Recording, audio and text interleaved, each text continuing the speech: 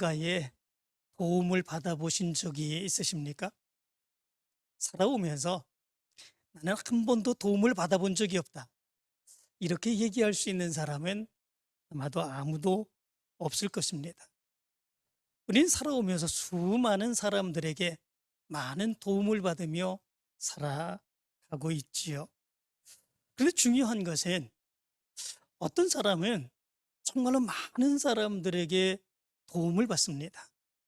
어려움이 있을 때, 힘든 일이 있을 때, 곤란한 일이 있을 때, 주위에 많은 사람이 그 사람을 사랑하며 그에게 가까이 다가가며 그를 격려하고 위로하고 물질로 도와주고, 그래서 많은 사랑을 받으며 그 어려움 가운데서 일어나는 이런 모습들이 있습니다.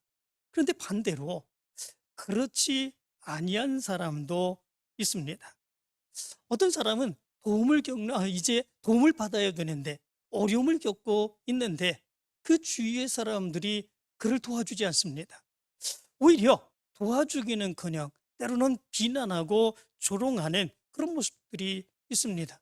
그래서 그 사람은 하소연을 하지요. 내가 이렇게 어려움을 겪는데, 이런 곤란을 겪고 있는데 나를 도와주는 사람이 한 사람도 없다, 이렇게 하소연하는 그런 사람들도 있는 것을 보게 됩니다. 무엇 때문에 이런 일들이 일어나게 되는 것일까? 왜 어떤 사람은 그를 돕지 못해서 안타까워하며 사랑 가지고 그렇게 그 사람을 많이 도와주는데, 어떤 사람은 그 사람이 어려움에 처한 그런 모습들이 있는데 오히려 도와주지 아니하고 오히려 또 비난하고 조롱하는 이런 모습까지 있는 것일까? 무엇 때문에 그렇겠습니까? 그가 살아온 삶 때문에 그렇습니다. 그가 어떤 삶을 살았느냐, 지금까지 그가 어떤 삶을 살아왔느냐, 그 모습 안에서 정말 다른 사람들을 위해서 열심으로 살아가고 최선을 살아가고 어려운 상황 가운데서도 이기려고 하고, 이런 사람일 경우에는 많은 사람들이 그의 곁에 다가갑니다. 그가 일어나기를 간절히 원합니다. 그의 문제를 해결하기를 원합니다. 내가 어렵더라도 그 사람을 도와주어서 그 사람이 문제를 해결하고 일어서기를 간절히 원하는 그런 모습들이 있습니다. 그런데 그렇지 못하고 자기만 합니다. 자기 욕심을 챙기기에 바쁩니다. 그리고 다른 사람들에게 전혀 그렇지 못한 그런 삶을 살아갑니다. 도와주어도 필요하지 않은 이런 모습들이 그의 모습 가운데 있습니다. 그렇다면 그가 아무리 어려움을 겪는 그런 모습이 있다고 할지라도 아무도 그에게 다가서려고 하지 않지요. 아무도 그를 도와주려고 하지 않는 그런 모습들이 있습니다. 도와줘도 아무런 필요성이 없다, 이렇게 생각하는 그런 모습들이 있습니다. 그런데 이런 모습은 우리 믿음의 사람들이 하나님의 도우심을 구할 때도 마찬가지로 이런 모습들이 나타나게 되는 것을 보게 됩니다. 많은 사람들이 하나님을 믿고 예수 그리스도를 믿습니다. 신앙의 삶을 살아갑니다. 그런데 어떤 사람들은 하나님의 큰 도우심과 은혜와 역사 가운데에 하나님의 놀라운 역사를 체험하며 살아갑니다. 하나님께서 역사해 주셨습니다. 하나님이 인도해 주셨습니다. 내가 어려울 때마다, 힘들 때마다 하나님은 내 문제를 해결해 주셨습니다. 그 모습으로 하나님을 찬양하는 사람들이 있습니다. 그렇지만 그렇지 아니한 사람들도 있습니다. 열심으로 예배에 참여하기는 하지만, 열심으로 믿음 생활 한다고는 하지만, 어떤 사람들은 왜 하나님은 내가 어려울 때 나를 도와주시지 않는지, 왜 하나님께서는 내 문제를 해결해 주시지 않는지, 하나님은 나를 사랑하지 않는 거 아니냐, 이렇게 한탄하는 그런 모습들이 있습니다. 무엇 때문에 그렇습니까? 어떠한 차이가 있기에 어떤 사람은 날마다 하나님의 큰 은혜를 받으며 그리고 하나님의 도우심을 찬양하며 하나님께 영광 돌리며 살아가는 그런 모습들이 있는데, 어떤 사람은 왜 하나님은 나를 도와주시지 않느냐고, 내가 이렇게 어려움 겪고 힘든 일을 겪는데 내가 하나님 앞에 부르짖으며 기도하는데 왜 하나님은 내 문제를 해결해 주시지 않느냐고 한탄하며 살아가는 그런 모습들이 있을까라고 하는 거죠. 믿음의 차이 아니겠습니까? 어떤 사람은 정말 믿음으로 살기를 원합니다. 하나님의 말씀대로 살기를 원합니다. 하나님께 맡기며 살기를 원합니다. 하나님 앞에 부르짖기며 살기를 간절히 원합니다. 하나님께 영광 돌리며 살아가기를 원합니다. 그런 사람들에게 하나님께서는 응답해 주시고 그의 문제들을 해결해 주시며 하나님의 역사를 이루어가는 이런 모습들이 있지요. 그러나 어떤 사람들은 신앙생활을 해도 그렇지 않게 행할 수 있는 그런 모습들이 있지요. 신앙생활을 해도 자기중심입니다. 나만을 위해서 행하게 되는 그런 모습들이 있습니다. 하나님의 영광을 위하여 말씀대로 살아가기보다는 내 영광을 위하여 내 마음대로 내 뜻대로 살아가는 그런 모습들을 이루기 위하여 더 많은 것을 구하는 이런 모습들이 나타나게 되지요. 그럴 때에 하나님께서는 그들의 기도도 외면하시는 그 모습이 나타나게 되는 거죠. 오늘 성경 말씀 가운데 보면은 바로 우리가 어떤 모습 가운데 믿음의 삶을 살아야 하나님의 도우심을 얻을 수 있는가라고 하는 것을 분명하게 알 수 있게 됩니다. 오늘 본문의 말씀의 이야기는 이런 이야기입니다. 이스라엘 백성들이 지난 20년 동안 블레셋 사람들에 의해서 엄청난 고통을 받으며 지배를 받게 됩니다. 블레셋의 지배를 받는 가운데에 그들 가운데서 이제 큰 고통을 겪게 하는 그런 모습들 때문에 땀 흘려 심고 거둔 농산물 그 모든 것들도 그들에게 돌아가지 아니하고 빼앗기는 그런 일들이 비일비재에 일어나고 끊임없이 억압받는 그런 삶을 살아가게 되는 그런 모습들이 있게 됩니다. 이런 어려운 가운데에 사무엘 선지자가 나타나게 됩니다. 사무엘 선지자가 이스라엘 백성들을 미스바에 모이게 하고 그리고 그들의 죄악된 삶을 다 돌이키게 하고 회개하게 하고 그리고 하나님 앞에 부르짖는 그런 모습들이 있게 됩니다. 이스라엘 백성들이 미스바에 모였다고 하는 이야기를 듣고 블레셋 사람들이 이제 블레셋 사람들에게 대적하기 위해서 전쟁을 일으키기 위해서 이스라엘 사람들이 모였다 이렇게 생각을 하고 쳐들어오게 되는 이런 모습들이 있게 됩니다. 그때에 이스라엘 백성들은 큰 두려움 가운데 처하게 되지요. 그때에 이 사무엘이 하나님 앞에 번제를 드리고 그리고 하나님 앞에 크게 부르짖는 그런 모습들이 있게 됩니다. 놀라운 하나님의 역사가 그 가운데 나타나게 되지요.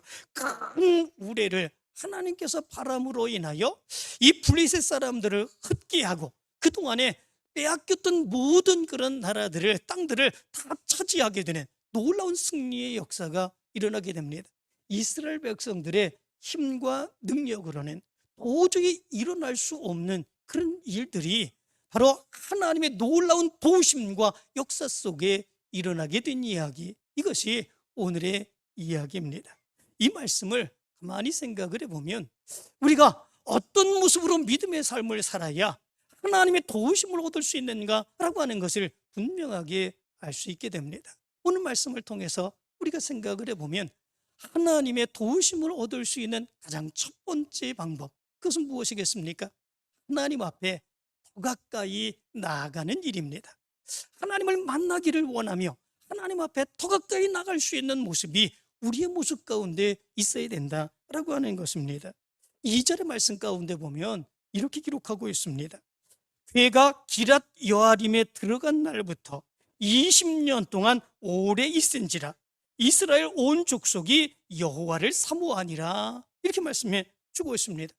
여기에 사모하니라 라고 하는 말은 나하라고 하는 말입니다. 이 말은 슬피 울다, 애곡하다, 외치다, 부르짖다 라고 하는 의미를 가지고 있습니다. 구체적으로 이 의미를 살펴보면 이 의미의 모습은 지금까지 자기네들의 삶의 모습이 하나님 앞에 가까이 더 가까이 나가지 못했던 것, 그것을 깨닫고 하나님 앞에 더 가까이 나가기를 간절히 울부짖으며 소원하는 그 모습이 있었다고 하는 것을 얘기해 주고 있습니다. 이스라엘 백성들이 그러면 왜 하나님 앞에 더 가까이 나가 하나님을 섬기지 못하는 그런 모습들이 있었겠습니까? 이런 모습이 있었지요. 엘리 제사장의 두 아들 홈리와 비느하스가 있었습니다. 이 홈리와 비느하스가 블레셋과 전쟁을 하기 위해서 하나님의 언약궤를 가지고 나가 전쟁을 행하게 됩니다. 그러면 승리할 줄 알았습니다. 언약궤는 하나님의 임재의 상징입니다.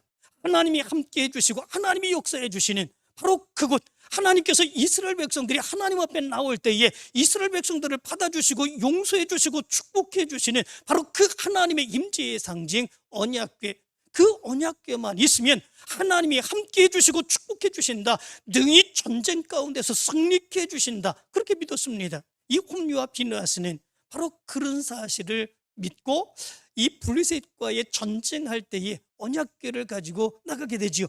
그리고 이제는 우리가 승리했다, 이 언약궤가 앞장서 싸우는데, 하나님이 싸우시는데 우리 승리했다, 이렇게 생각을 했습니다. 그런데 웬걸 그 언약궤를 앞장 세우고 나가 싸우는데도 그 전쟁에서 크게 패하게 되는 그런 모습들이 있게 되었습니다. 설상가상 앞세웠던 하나님의 임재의 상징, 그 언약궤마저도 이 블레셋에 빼앗기게 되는 그런 모습들이 있게 되었죠. 어떻게 이런 일들이 일어날 수 있을까? 그런데 빼앗긴 언약궤가 블레셋 지경에 들어갔을 때 온갖 재앙과 그리고 여러 가지 저주의 역사들이 바로 그 땅에 일어나게 됩니다. 블레셋 사람들은 어쩔 수 없어서 그 언약궤를 다시 이스라엘에게 돌려보내게 되는 그런 모습들이 있게 되지요. 그런 때에 돌아온 언약궤를 이스라엘 백성들이 함부로 그 안을 들여다본 거로 70명의 베세메스의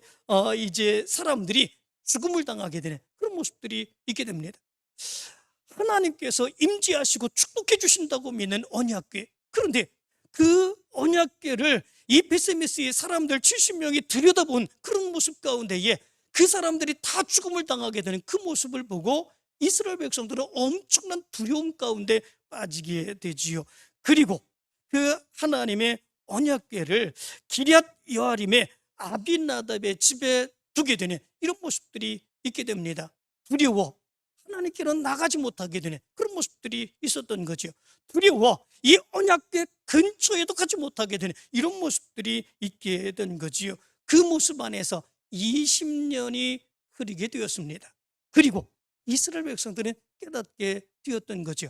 하나님은 우리를 두렵게 하시는 분이 아니라, 하나님은 우리를 하나님께 가까이 나갈 때에 우리에게 진노하시고 죽게 하시는 그런 분이 아니시라, 하나님을 온전하게 섬기면 하나님께서 우리를 붙들어 주시고 축복해 주시는 하나님이라고 하는 것, 이스라엘 백성들이 드디어 깨닫기 시작합니다. 그리고 그동안에 하나님 앞에 가까이 나가지 못했던 그들의 믿음 없는 모습들을 참회하며 하나님 앞에 부르짖으며 하나님 앞에 가까이 나가기를 원하는 이런 모습들이 나타나게 된 거죠. 이것이 하나님의 도우심을 얻게 되는, 하나님의 놀라운 역사를 얻게 되는 그런 첫 번째의 모습이었던 것을 보게 됩니다. 하나님은 두려운 분이 아닙니다. 하나님은 재앙을 내리고 저주를 내리시는 분이 아닙니다.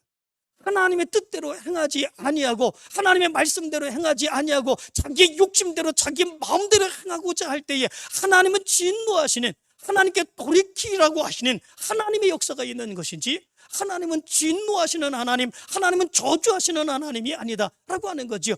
하나님께 더 가까이 나올 때에 하나님께서는 맞아주시고 하나님께서는 축복해 주시고 하나님의 놀라운 능력의 역사를 부어주시기를 원하시는 그분이 우리의 하나님이신 것을 분명하게 알 수 있어야 됩니다. 그래서 잠언서 8장 17절의 말씀 가운데 보면 이렇게 말합니다. 나를 사랑하는 자들이 나의 사랑을 입으며 나를 간절히 찾는 자가 나를 만날 것이니라, 이렇게 말씀해 주었습니다. 하나님을 사모하며 하나님을 만나기를 간절히 사모할 때에 하나님께서는 만나주시고 하나님은 도와주시고 하나님이 축복해 주신다라고 하는 것이죠. 하나님의 도우심을 얻기를 원하십니까? 하나님의 능력 얻기를 원하십니까?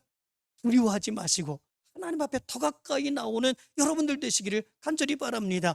깨닫고 이스라엘 백성들이 하나님을 사모하며 울부짖으며 그동안에 행하지 못했던 그 모습을 안타깝게 여기며 하나님의 성전으로 언약궤 앞으로 다가가기를 간절히 열망했던 이스라엘 백성들의 모습처럼 여러분들의 모습 가운데서도 하나님 앞에 더 가까이 달려나올 수 있는 귀한 역사가 있게 되길 간절히 축원합니다. 두 번째의 모습이 있습니다. 우리가 하나님의 도우심을 얻기 위해서는 어떻게 해야 되는가? 우리가 지은 모든 죄악을 다 버리고 하나님 앞에 돌아올 수 있어야 된다라고 하는 것입니다. 3절의 말씀을 보면 이렇게 말합니다. 사무엘이 이스라엘 온 족속에게 말하여 이르되 만일 너희가 전심으로 여호와께 돌아오려거든 이방신들과 아스타롯을 너희 중에 제거하고 너희 마음을 여호와께로 향하여 그만 섬기라. 그리하면 너희를 블레셋 사람의 손에서 건져내시리라. 너희를 블레셋 사람에게서 건져내시리라. 어떻게 하면? 이방신들과 아스타롯을 너희 중에서 제거하고 너희 마음이 여호와께로 돌아오면 하나님께서 이 블레셋 사람들의 손에서 건지시고 도와주신다 말씀해 주고 있습니다. 이스라엘 백성들은 바로 이 사무엘의 말씀을 듣고 그들이 그 앞에서 섬겼던 아스타롯 우상들 그런 것들을 다 버리고 그리고 금식하며 회개하기 시작하는 이런 모습들이 있게 된 것을 보게 됩니다. 우리가 하나님 앞에 나올 때에 하나님이 먼저 보시는 것, 그것이 무엇이겠습니까? 그것은 우리가 얼마나 의롭게 살았느냐, 얼마나 하나님의 말씀대로 잘 살았느냐, 그것을 먼저 보시는 것이 아닌 것을 우리는 알 수 있어야 됩니다. 물론 하나님이 원하시는 것, 우리가 의롭게 살기를 하나님은 간절히 원하십니다. 하나님이 우리에게 원하시는 것, 하나님의 말씀대로 하나님께 영광 돌리며 살기를 원하시는 것, 그것이 하나님의 마음입니다. 그렇지만 그렇게 행하지 못했다고 할지라도, 우리가 죄악된 삶을 살았다고 할지라도, 그럼에도 불구하고 하나님이 우리에게 원하시는 것, 그가 정말로 회개하고 하나님 앞에 나왔느냐라고 하는 것, 하나님이 먼저 그것을 보신다라고 하는 것이지요. 그래서 이사야서 1장 18절 우리가 잘 아는 것처럼 이렇게 말씀합니다. 여호와께서 말씀하시되 오라 우리가 서로 변론하자. 너희 죄가 주홍 같을지라도 눈과 같이 희어질 것이요 진홍같이 붉을지라도 양털같이 되리라. 이렇게 말씀해 주고 있습니다. 하나님은 우리가 연약한 모습으로 인하여 죄 지을 수 있다고 하는 사실을 분명하게 아십니다. 그러므로 인하여 우리가 죄 지은 모습으로 회개하고 하나님 앞에 돌이켜 가까이 나오는 그런 모습들이 있게 된다면 그 모습을 보시고 용서하시며 우리를 받아주시고 도와주시는 하나님의 역사가 있음을 분명하게 말씀해 주고 있습니다. 그런데 이것이 쉬운 일이 아닌 것이죠. 사실 우리의 삶을 돌이켜 회개하고 하나님 앞에 나온다고 하는 것, 이거는 엄청난 결단이 있어야 하는 그런 일입니다. 왜냐하면 회개라고 하는 것이 그냥 잘못했다고 내가 감정으로 뉘우치는 행위를 의미하는 것은 아니기 때문에 그렇습니다. 많은 사람들이 여기에서 회개하지 못하는 안타까움의 모습이 있는 것을 보게 됩니다. 진정으로 회개하지 못하고 뉘우치는 것으로 회개했다고 착각하는 경우들이 얼마나 많이 있는지 모릅니다. 회개는 그것이 아닌 것이지요. 회개는 자기의 결단이 그 모습 가운데 나타날 수 있어야 됩니다. 자기의 잘못된 행위에 대한 결단을 행하고 돌이켜서 다시는 그런 행위를 반복하지 아니하고 하나님께서 원하시는 삶을 살아갈 수 있는 믿음의 역사가 나타날 수 있어야 됩니다. 우리말 사전에 보면 회개라고 하는 말을 이렇게 풀이했습니다. 죄나 잘못을 뉘우치고 마음을 고쳐먹음, 이렇게 풀이를 했습니다. 죄나 잘못을 뉘우치고 마음을 고쳐먹는 것, 이것을 회개라 이렇게 풀이를 했습니다. 그런데 이것은 성경적인 의미는 아니죠. 성경의 히브리어에서 회개라고 하는 말은 슈브라고 하는 말입니다. 이 말은 하나님께로 돌아감, 또 하나님께로 돌이킴, 또는 방향을 바꿈이라고 하는 의미를 가지고 있습니다. 다시 말하면 내가 지었던 모든 죄들을 다 버리고 완전하게 내 삶의 방향을 하나님께로 바꾸며 하나님께서 기뻐하시는 삶을 살아가는 것, 이것이 바로 회개의 모습이다 라고 하는 거죠. 우리의 모습에 이런 회개의 모습이 있어야 된다라고 하는 거죠. 이 회개의 모습은 그래서 믿음의 큰 결단이 필요한 것입니다. 이스라엘 백성들의 모습을 보시기 바랍니다.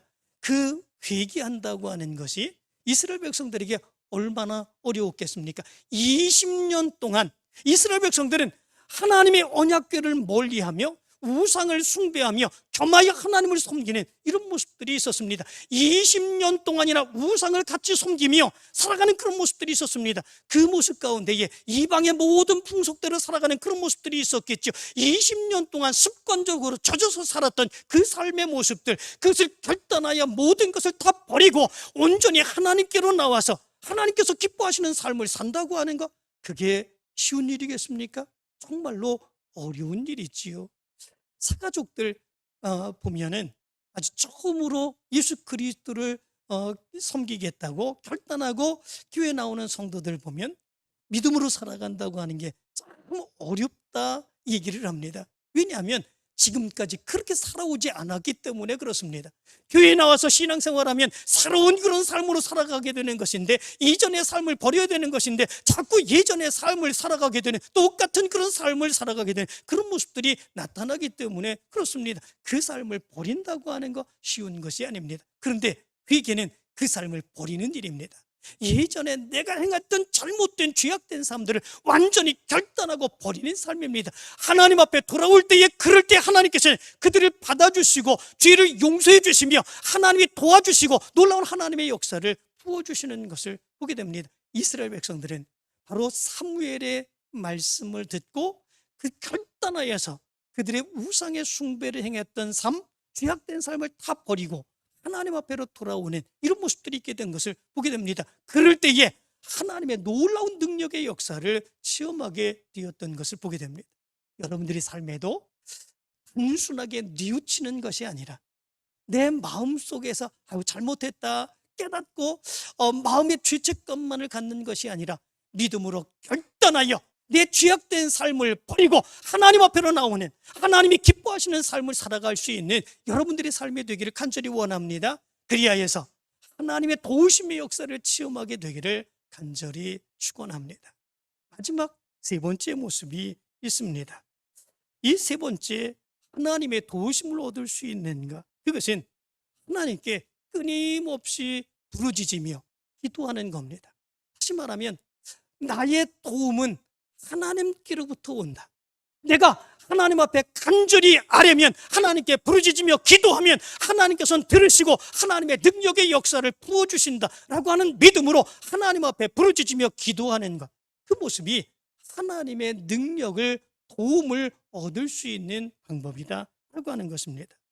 오늘 말씀을 보시기 바랍니다. 이스라엘 백성들은 20년 전 블레셋과의 전투에서 크게 피했다고 했지 않았습니까? 그 패배의 원인이 무엇이었다고 했습니까? 하나님의 언약궤, 그 언약궤만을 의지하는 그런 모습들이 있었죠. 그 언약궤를 앞세우고 전쟁에 나가게 되면 우리는 반드시 승리할 수 있을 것이다. 언약궤를 의지하는 그 믿음으로 하나님을 또 의지할 수 있어야 되는 거 아니었겠습니까? 하나님을 의지하는 그 믿음 안에서 하나님께서 여기 임재해 주신다고 하는 것을 믿으며 믿음으로 나가는 그런 모습들이 있어야 되는데, 이스라엘 백성들은 그것이 아니었습니다. 하나님을 섬기고 하나님을 의지하는 그 믿음이 아니라 눈에 보이는 언약궤만을 의지하며 이 언약궤가 있기 때문에 우리는 승리할 수 있다, 이렇게 생각을 했습니다. 그러나 결과는 엄청난 패배를 맛보게 되는 그런 모습들이 있게 되었던 것이지요. 그런데 오늘 말씀 가운데 보면 20년 전의 상황과 전혀 다른 모습이 기록되어 있는 것을 보게 됩니다. 이제는 언약궤만을 의지하는 것이 아닙니다. 아비나답의 집에 여전히 언약궤는 있습니다. 그렇지만 그 언약궤를 의지하는 것이 아니라 오히려 이제는 하나님을 의지하게 되는 그들의 모습이 나타나게 되는 것을 보게 됩니다. 언약궤 가운데서 역사하시는 하나님, 그 하나님께 부르짖을 때에 하나님께서는 들으시고 역사해 주신다라고 하는 것을 분명히 깨달은 많은 사람들이 있었습니다. 그리고 하나님 앞에 기도하는 사람들이 생겨나게 되었습니다. 기도의 중요성을 인식하고 하나님 앞에 무릎 꿇게 되었습니다. 그리고 그들은 하나님께 금식하며 기도하는 그런 모습들이 있게 되었습니다. 블레셋 사람들이 쳐들어왔을 때, 그래서 사무엘에게 중보 기도를 요청하는 이런 모습들이 있게 되었죠. 8절의 말씀을 보면 이렇게 말합니다. 당신은 우리를 위하여 우리 하나님 여호와께 쉬지 말고 부르짖어 우리를 블레셋 사람의 손에서 구원하게 하소서, 이렇게 말합니다. 그 이전에는 언약궤만 있으면 된다 생각을 했습니다. 언약궤가 있기 때문에 우리는 결코 질 수 없다 이렇게 생각했습니다. 그런데 이제는 그게 아니었습니다. 이제는 하나님 앞에 부르짖고 하나님을 의지하면 하나님께서 역사해 주신다라고 하는 믿음을 갖게 되었습니다. 사무엘에게 당신은 우리를 위하여 우리 하나님께 죄 잊지 말고 부르짖어 우리를 블레셋 사람의 손에서 구원하게 하소서. 하나님 앞에 부르짖으며 기도하는 중보 기도의 능력의 역사를 믿게 된 것을 보게 됩니다. 기도밖에는 저들로 인하여 우리가 승리할 수 있는 방법이 없다 분명하게 깨달은 거지요. 그러자 9절의 말씀을 보면 이렇게 말합니다. 사무엘이 전 먹는 어린 양 하나를 가져다가 온전한 번제를 여호와께 드리고 이스라엘을 위하여 여호와께 부르짖음에 여호와께서 응답하셨더라 이렇게 말씀해 주고 있습니다. 그리고 10절은 사무엘이 번제를 드릴 때에 블레셋 사람이 이스라엘과 싸우려고 가까이 오매 그날에 여호와께서 블레셋 사람에게 큰 우레를 발하여 그들을 어지럽게 하시니 그들이 이스라엘 앞에서 패한지라 이렇게 말씀해 주고 있습니다. 사무엘이 하나님 앞에 끊임없이 쉬지 않고 기도합니다. 그 기도를 들으시고 하나님께서 역사해 주시죠. 큰 우레를 발하여 이 블레셋 사람들을 혼돈 가운데 빠지게 하는 이런 모습들이 있게 됩니다. 그런 블레셋 사람들이 이스라엘 백성들이 쳐서 큰 승리를 얻게 되고 그 이전에 빼앗겼던 땅들도 다 차지하게 되는 이런 엄청난 역사가 일어나게 된 것을 보게 됩니다. 인간의 지혜로 보면, 인간의 생각으로 보면 기도하는 것이 무슨 이런 큰 능력과 역사를 일으킬 수 있을까? 이런 생각을 할 수 있게 됩니다. 어떤 모습에서 보면 세상 사람들이 생각할 때에는 정말 기도한다고 하는 것은 공회되고 그냥 소리 지르는 것, 이것에 지나지 않는 그런 모습들이 있습니다. 허공에 뭐가 있습니까? 보이는 것이 아무것도 없습니다. 그런데도 불구하고 믿음의 사람들은 그 아무것도 없는 것 같은 그 허공에다 대고 하나님이 거기 계시며 역사해 주신다고 믿으며 하나님 앞에 부르짖으며 하나님의 도움을 간절히 간구하는 그런 모습들이 있습니다. 세상의 사람들은 아무것도 없는 그곳에 그렇게 부르짖으며 미친 사람처럼 울부짖는 바로 그런 것처럼 보이지만 믿음의 사람들은 그것이 아닙니다. 거기에 하나님이 계십니다. 거기에서 하나님은 보이지 아니하시만 우리의 모든 기도를 다 들어주시고 응답해 주십니다. 그렇기에 우리가 하나님 앞에 기도하는 것은 내 인간의 능력과 인간의 한계를 넘어서 하나님의 능력에 맡긴다고 하는 것입니다. 보이지 않지만 거기 하나님이 계심을 믿으며 하나님께서 역사해 주신다고 하는 사실을 믿으며 하나님 앞에 기도하는 것입니다. 그렇게 기도하게 될 때에 하나님께서는 들으시고 도와주시는 하나님의 놀라운 역사가 나타나게 되는 것입니다. 사랑하는 성도 여러분, 이 시간에 여러분들의 삶을 돌아보시기를 바랍니다. 여러분들의 믿음을 돌아보시기를 바랍니다. 여러분들은 하나님의 도우심을 체험하셨습니까? 어떻게 체험을 하셨습니까? 이제 오늘 하나님의 말씀을 분명히 기억하시기를 바랍니다. 하나님 앞에 더 가까이 나가시기를 간절히 원합니다. 여러분들의 삶에 죄악된 모습들이 있으면 결단하여서 버리고 하나님께로 돌아오시기를 바랍니다. 그리고 하나님 앞에 부르짖으시기를 바랍니다. 그럴 때에 하나님께서 역사해 주실 줄로 믿습니다. 하나님께서 도와주실 줄로 믿습니다. 하나님이 우리의 문제를 해결해 주시고 하나님의 놀라운 능력의 역사를 보여주실 줄로 믿습니다. 우리의 힘으로는 아무것도 할 수 있는 것이 없을 것 같은 모습이 있지만 그럼에도 불구하고 이렇게 우리가 하나님 앞에 나갈 때에 하나님께서는 역사해 주시고 도움 주시고 하나님의 능력의 역사를 보여주실 줄로 믿습니다. 이 놀라운 능력의 역사를 체험하며 믿음으로 승리의 역사로 하나님께 영광 돌리게 되기를 간절히 축원합니다.